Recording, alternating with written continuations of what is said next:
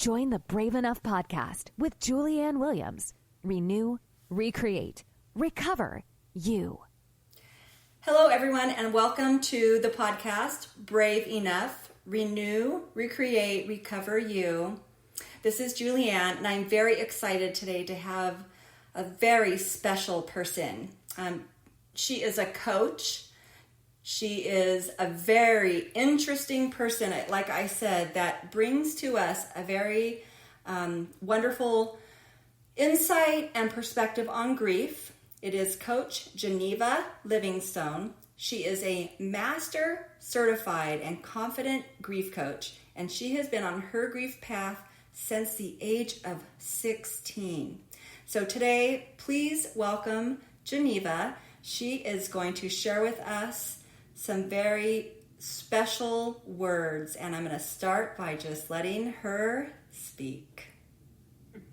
Julian, thank you so much for sharing your audience with me. So hello, beautiful hearts and souls. I am Coach G. I always say Geneva Coach G Livingstone, and it sounds a little funny, but that's how it is. So I think Coach G just sounds cooler. Let's just be honest. Yeah, it's really interesting. I was on a live myself on my Instagram page, and we were just talking about the grief path, because that's what I call it instead of your journey. And you know what? I realized for the first time since the passing of my cousin and my son and my cousin that the first person that meant the most to me that passed away in my life, I was 16 years old. And I got that rebellious moment in my life, and I was talking to my mom about it, and I was like, Mom, when Grandma died, I feel like I lost so much of myself in that. And she's like, yeah, I remember. I said, we never talked about it.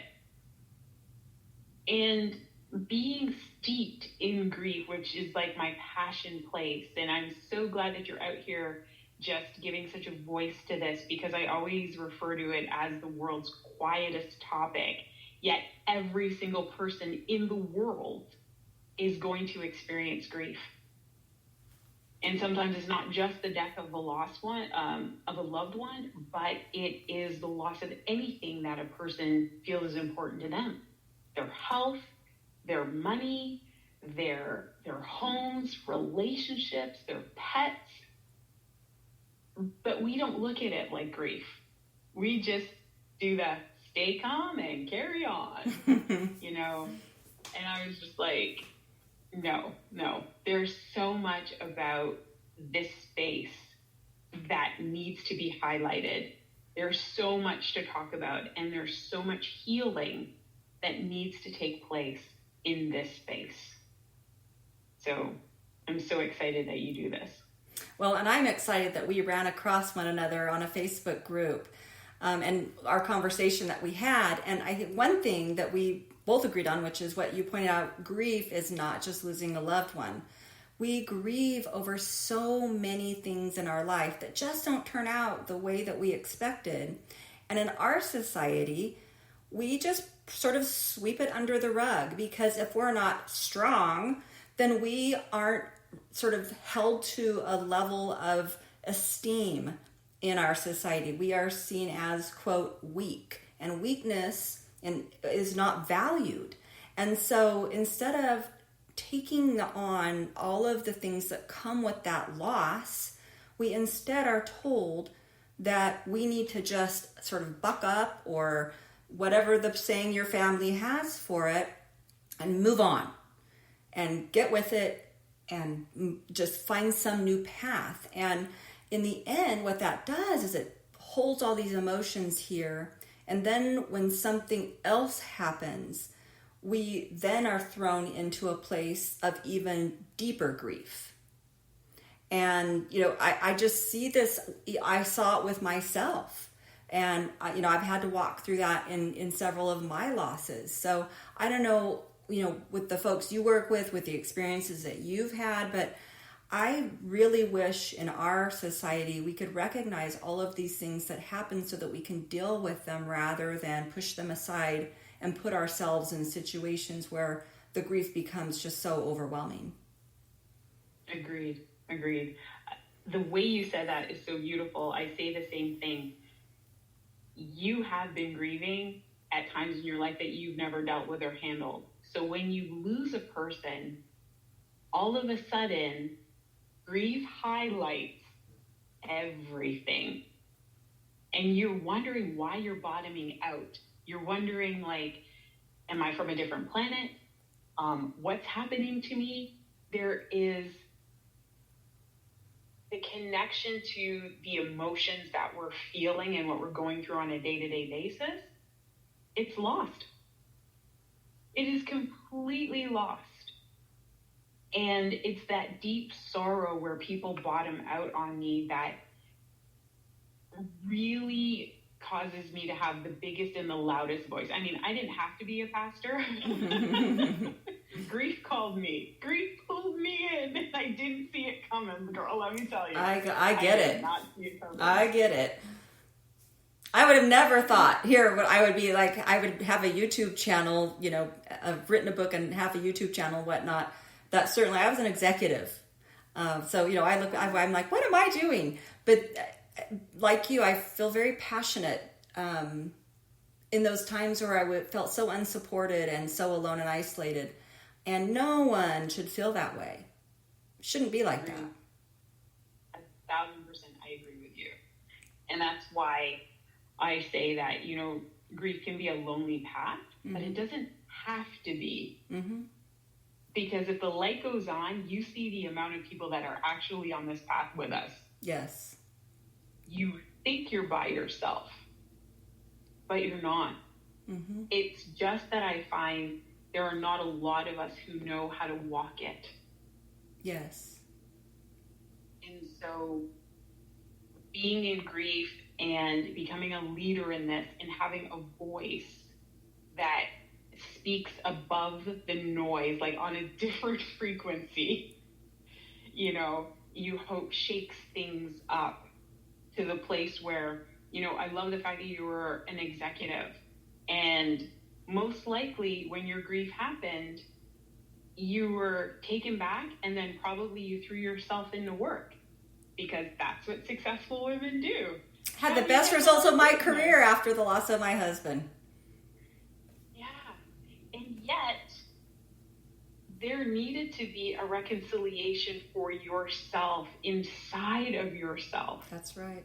And as successful women, I find that we're the ones that are really behind on our own care.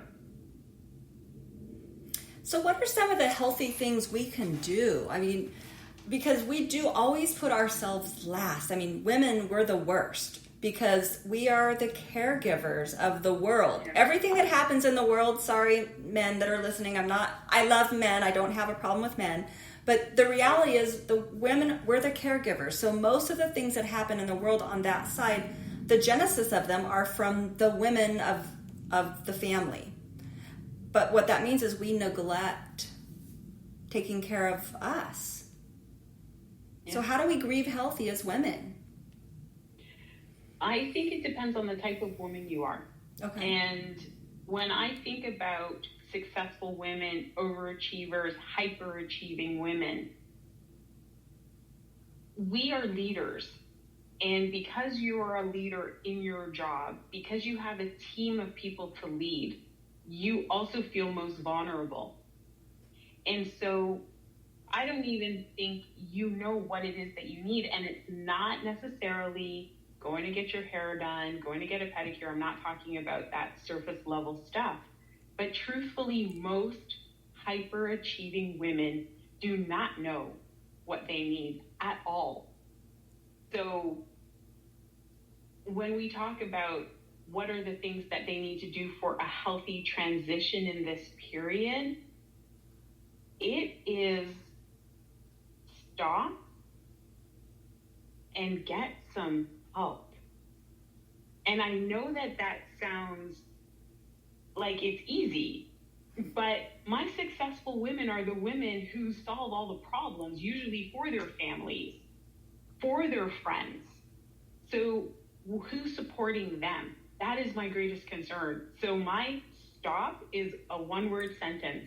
Get help is the second sentence, because I feel deeply in my soul that you need the support. And most of the time that support cannot come from your own circle, because they're also in the grief with you and they're looking to you to lead them.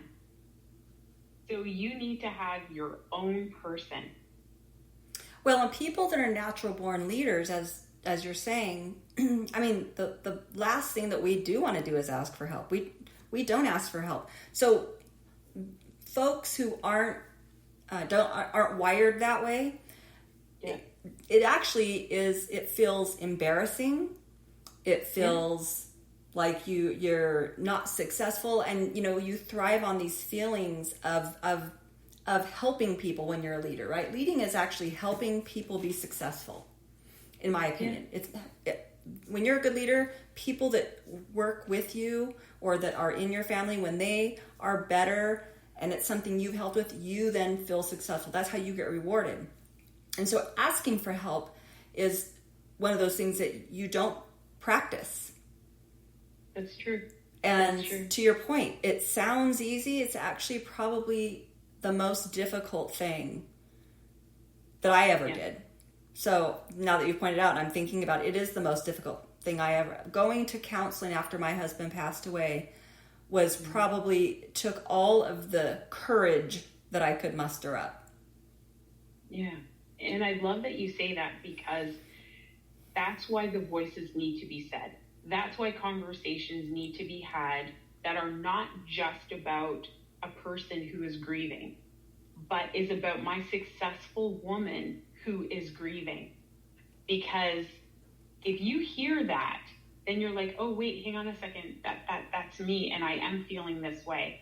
And I don't have to tell anybody that I'm going to go and talk to Coach G. It is personal. Mm-hmm. I'm not having to flip through the phone book and be like, okay, I got to find a therapist, but I don't want to do that. I'm going to put it on the back burner. Why? Because there isn't anybody who stands up and says, hey, ladies, I got you. Mm-hmm. That bond that we have as females, I think, makes it easier. Like if you had been, let's say, on Instagram, and then you see somebody with their loud voice saying, you know what, you're a successful woman, and I know that you're in pain and you're lost and you're hurting right now. And I know that you're trying to do it on your own. Run your business, take care of your family, take care of your extended family. Everybody comes to you. You're going to start to think, oh, she's talking to me and she gets me. Mm-hmm. Most of the time, we don't reach out for help because we don't think people understand our weight. And let me say, you do not have to work outside of the home to be a leader. Because, I know there are a lot of women who divide us that work inside versus outside of the home. And a lot of women who work inside of the home do a lot of things outside of the home they just aren't compensated for. And I mean, I did a lot of volunteer work even when I was working outside of the home. I had a Girl Scout troop. I was on the baseball board. I did things at church. I did, but women who work inside the home and they're the CEO of their home, they are the leader of their home. And so, I also want to make sure that all women understand that we're not dividing. What we're saying is that we lead in so many ways as women. And you and I are recognizing that. So I do want to bring that up because that it's just a different approach to leadership on this planet. As women, we all take on more than we can handle. We just sometimes do it in a different environment. So yeah, that's true. That's true. And the thing is, and I'm glad that you do say that too, right? It's not about necessarily segregating the roles and what we do. It's not about one being greater than the other, but it is about the weight of responsibility that person feels in their leadership role. Yes. I just wanted to point out because I was working outside of the home, and so I wanted to make sure that I wasn't misleading anyone to think that I was just talking about my particular situation. Oh, that's so kind. And that's the other thing too. It's like, ladies, it's a sisterhood. We're all together. The whole thing is, when we grieve, we hope that other women will come around to foster the care and the compassion for us in our different environments. But often out there, because I'm in the path and I'm with people, there are so many who don't have that support, and they do feel isolated, or they do what I call the painted face, and there's so much tears behind the mask because they have to show up a certain way within their spaces and their roles in their lives. And I'm like, that's fine if you want to do that, but let's talk about the inner work. Let's talk about your heart, because I am all for you. Grief isn't about me. It's about that person who is sitting across from me that I have to hold the space for her to show up how she needs to show up. So the first step in healthy grieving is to identify what your own needs are. Yes, please stop and do that. Nobody wants to stop because they don't want to feel the pain, but you have to. And it hurts. So we won't mislead you about that either. It hurts. It does. It does. Yeah. And when I, see posts when people say, I just want to wake up from this nightmare. I just want to go back. I don't know how to live without my person. You want to say to them, you're on the grief path for the rest of your life.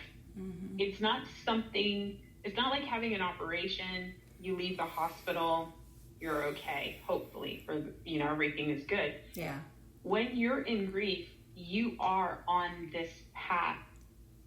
So what I want to tell everybody is that you have a choice on how you walk your path. And you can walk it where grief is kicking the life out of you, or you can walk it where you're grounded on your path. And that's understanding yourself a little bit more each day. That is knowing how you think, so your perception of the situations can come into clarity. Understanding that your heart is broken, but you still have 3 other children. And so that's where I created this multi-part conversation. Aww. Because each one of those 3 babies, whether they're 50 or they're 4, have a part of your heart as a mom. So one of your hearts are broken, but you still have 3 more, plus your own. I love that. That's such a beautiful visual. Yeah. And sometimes people don't see that because the darkness of grief is so great.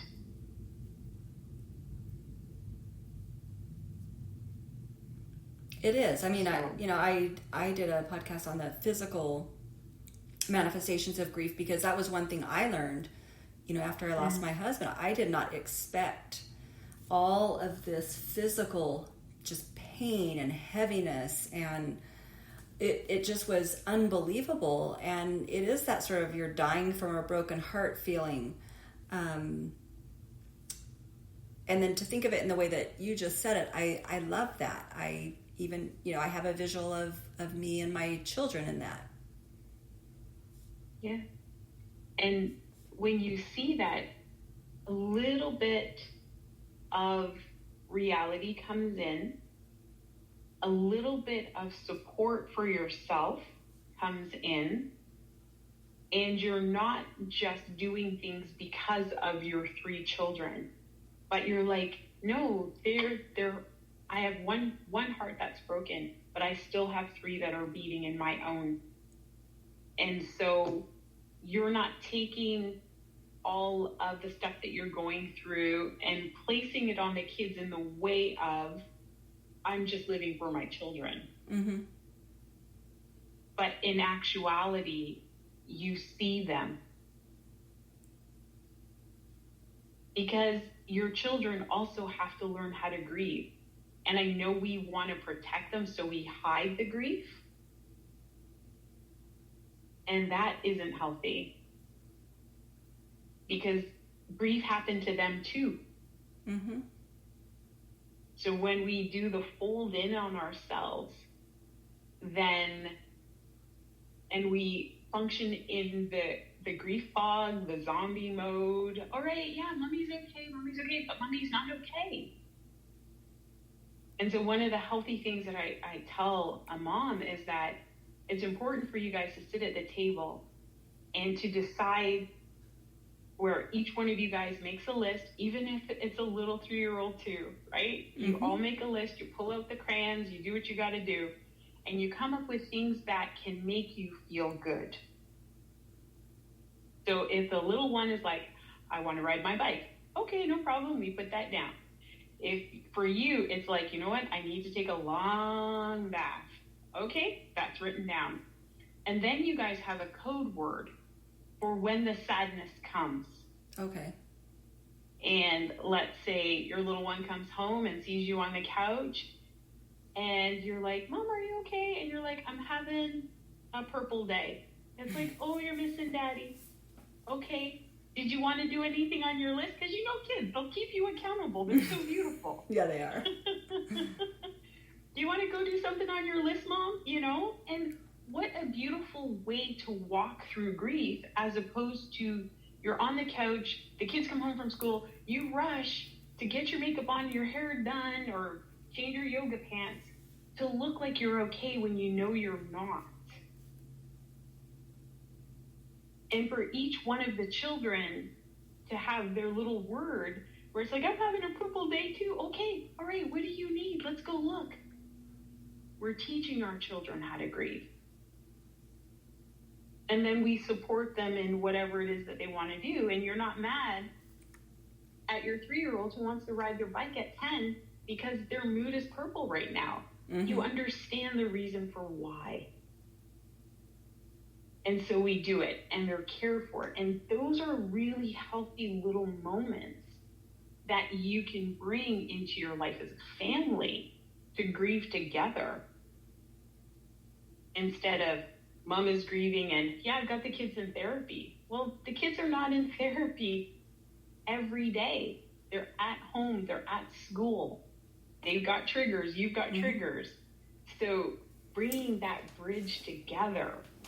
How much emotional, like, should they see their mom cry? Should they, I mean, I know I cried in front of my kids very often, and on and off, they still see me cry, even though it's been quite a long time, but there are things that come up that it just makes me sad. Yeah. And that's the thing that my beautiful, powerful women try not to do. And that's why I share exactly what I shared here, is that you bring grief to the table. You guys walk it as a family. You create the code word because it makes it easy for every single person in the home to understand where you're at. Because maybe you're crying because the movie was good. You don't want the children to assume you're crying because you miss Dad, right? So, or you're crying because you're happy. So you now begin to help them understand the emotional framework of grief. And even for their little hearts, if they're like crying and it's like, oh, is it because you missed Dad? It's like, no, Mom, I stubbed my toe. So having that code word at least lets you narrow in on the grief when it occurs, because we also know that for children, grief is not as constant as it is for us. They have happy weeks and months and days. And then all of a sudden, they're a hot mess for 4. Yes. So when parents get into canceling holidays and these things, I'm like, your babies don't get that, because not every day is a sad day for them. Mm-hmm. So grieving healthy is really paying attention to your hearts in the house without the overbearing, are you sad? Did you have a good day today? Is everything okay? It's really creating the space for them to express when they're sad, about what they're sad about. And it creates, I think, also great conversation too, because as we know, grief is not just the loss of a loved one, but they will learn how to grieve other things that will occur in their lives. Well, and my children were young when their father passed away, and so as things came up, one thing I always had to try to put in that space and meter was how much of their sadness was from, complicated grief versus what just happened. We didn't make the Shirling squad, or, some kid was being mean at school, and so you do as a parent there are so many facets to those emotions when a child has experienced a traumatic loss or a loss at all. In addition to just normal childhood things that come up. And honestly, this world now is so much more difficult. Children today have just a much more challenging environment than I know I did when I was being raised. So it's being able to create these code words and these ways of communicating so that you're able to understand their emotions around certain events prior to other things coming into play, I think as a parent is a beautiful tool. Mm-hmm. I love it. Yeah, you're so right about that. And really what we're fostering is emotional intelligence. Yes. And for ourselves too, by the way. Because it's hard. It is hard to be a parent. It is the hardest job that we get. Exactly. It's like, when a baby is born, they don't come with an instruction manual. When grief happens, it doesn't have an instruction manual. So we are going to walk through these things and just try to do our best. But with technology today, and with so many more of us standing up and having a voice in this space, you will have people that you can anchor into to help you get the tools that you need. I mean, even if you're going to be in therapy, and therapy has a place, I believe, you always want to make sure that you have an intended outcome, so that it's not just showing up, but that there's a process and an outcome. And I think sometimes the negative connotation around therapy is just, you got to go there every day, once a week, or whatever your setup is.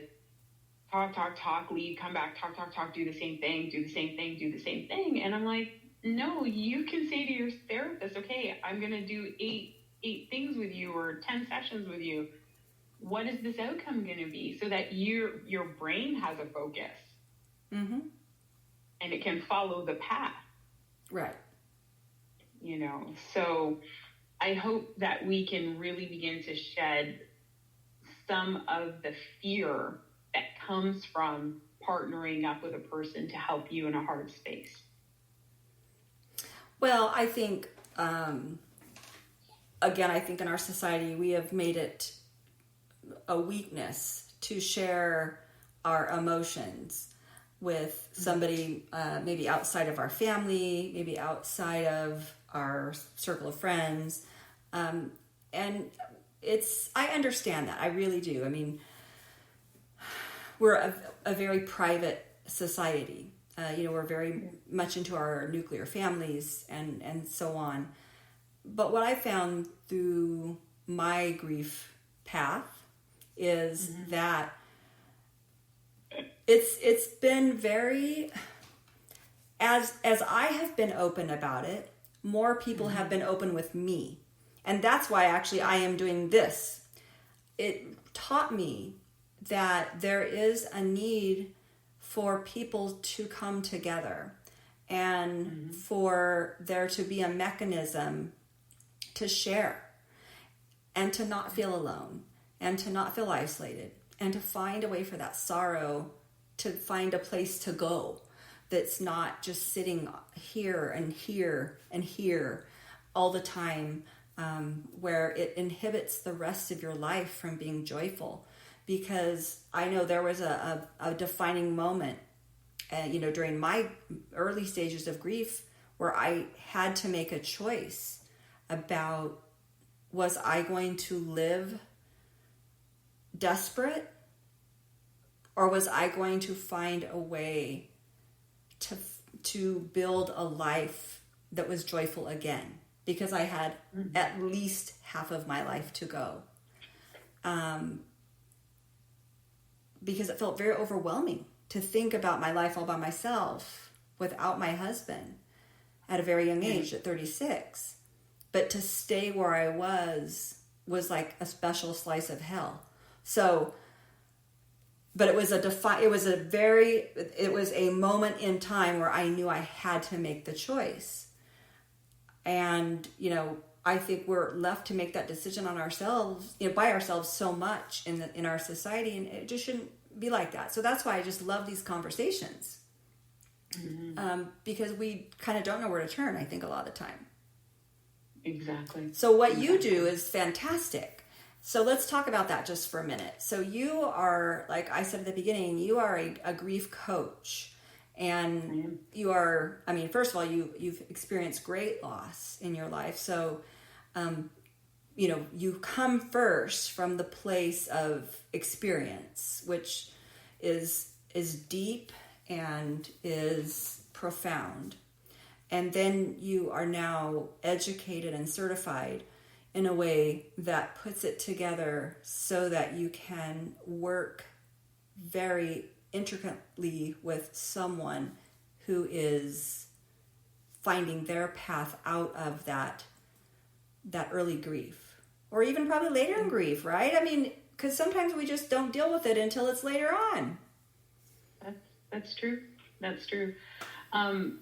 Even as early as last night, I had somebody message me on Instagram, and it was 1 month that her husband had passed. And he had stage 4 cancer, and he passed away in a 30-day time frame. Oh. And she has a 26, a 21, and a 7-year-old. So I had asked her, was she getting support? And she says, my best friend's my therapist. Like, awesome. But for her, it would not be about her coming to me and me walking with her right now. It's early. It's very, very fresh. She has all of the responsibility of, handling the finances, handling the housing, handling all of those kind of things. So I just turned it really into a beautiful session of questions like, do you have the support? Is there somebody to help you to field the calls? Because everybody loves to call you and ask you what happened. And I want your friends to do that. I don't want you to have to say to 50 different people, repeat that same story because you relive it. Yes. So I want you to be protected. I think that's the first thing that happens for me is I want to first protect them, make sure they can get a little bit of shielding so that they don't I love that. Feel those beatings coming in. And it's well-intended. I understand that, but it is a lot. It is. For a new griever. It is. So much. It is. They're just I just want to, create that space. Yeah. So then I said, you need a day to yourself. She's like, I can get a couple of hours. I said, I'd ask your best friend or your husband's best friend to take your son for one day so you can cry, so you can scream. Because her life right now is in snippets. She has a couple of hours alone, and it's not enough. I'm like, you need a day for you to decide in that day what you want to do, whether it's cry, it's scream, it's sit, it's pout, it's Netflix overload. But that is you taking care of what's happening here. Yeah. And she was like, oh, that's a real thing? I'm like, it's what you need. It's a real thing. Yeah, it is what you need. Yeah. Permission to grieve. Yeah.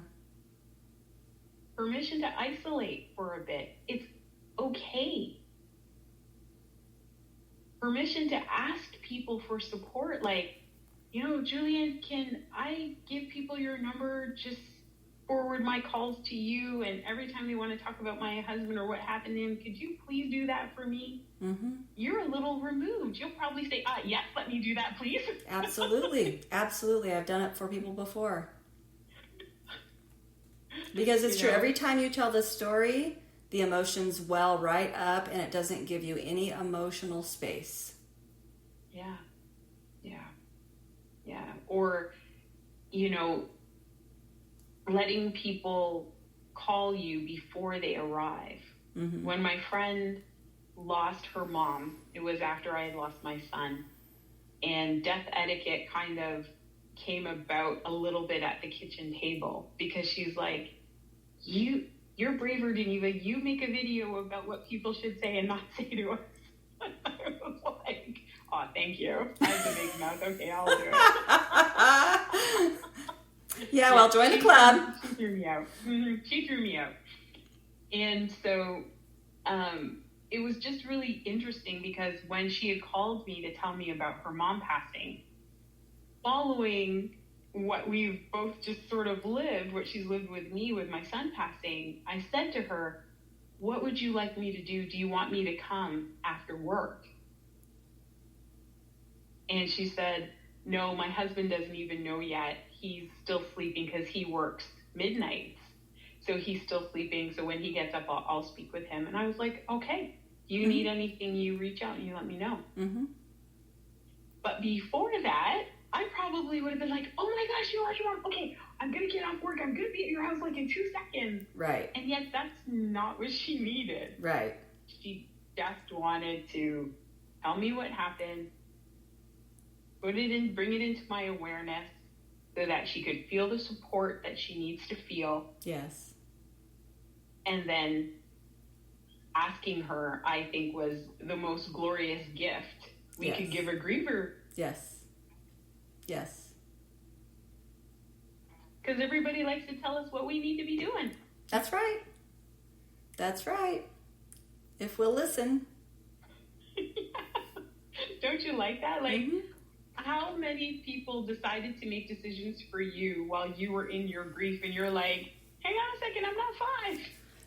Well, and sometimes they made them and you didn't know, or you were kind of aware, but there was just so much going on, and you just don't have emotional energy to even think about, like, you just can't say no. Or so then later on you're like, why did I let that happen? You know. Yeah. It's so, yeah. So you do need somebody to sort of be your shield. Yeah.